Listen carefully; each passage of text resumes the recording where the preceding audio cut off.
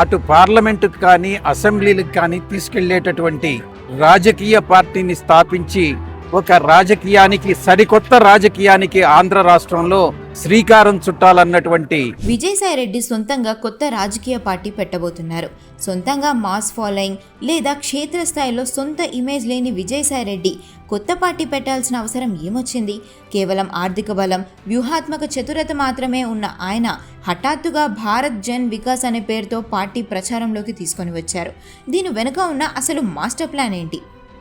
ఈ పార్టీ ఏర్పాటు వెనుక మాజీ సీఎం వైఎస్ జగన్మోహన్ రెడ్డి పరోక్ష వ్యూహం ఉండే అవకాశం కూడా ఉంది. అధికార కూటమి ప్రభుత్వంపై ప్రజల్లో వచ్చే వ్యతిరేకతను క్రమంగా పెంచేందుకు విభిన్న వేదికలు అవసరం. వేర్వేరు వేదికల ద్వారా పోరాడుతున్నట్లు చూపిస్తూ చివరిగా అందరినీ కన్సాలిడేట్ చేసే అవకాశం ఉంది. ఎన్నికల సమయంలో ఈ రెండు పార్టీ వర్గాలు ఒక్కటై వ్యతిరేక ఓటు బ్యాంకును వైఎస్ జగన్ వైపునకు క్రోడీకరించేలా ప్లాన్ చేస్తున్నారని కూడా అనుకోవచ్చు. మరో కోణంలో ఆలోచిస్తే కేంద్రంలో అధికారంలో ఉన్న భారతీయ జనతా పార్టీ పెద్దల గుడ్ లుక్స్లో ఉండేందుకే విజయసాయిరెడ్డి ఈ ప్రయత్నం చేస్తున్నారా అనే ప్రచారం కూడా జోరుగా సాగుతోంది. తన పార్టీకి భారత్ జన్ వికాస్ అనే పేరును అనుకూలంగా ఎంచుకోవడం వెనుక జాతీయ స్థాయి సంకేతాలు ఉన్నాయని కూడా భావిస్తున్నారు.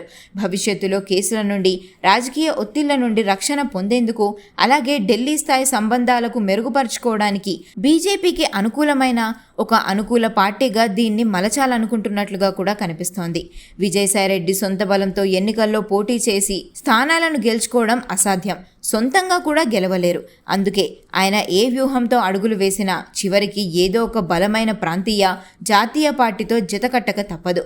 భారత్ జన్ వికాస్ వ్యూహం అంతిమంగా జగన్కే మైలేజ్ ఇస్తుందా లేదా బీజేపీ ఆలోచనలకు అనుకూలంగా సాగుతుందా అనేది రాబోయే రోజుల్లో తేలనుంది.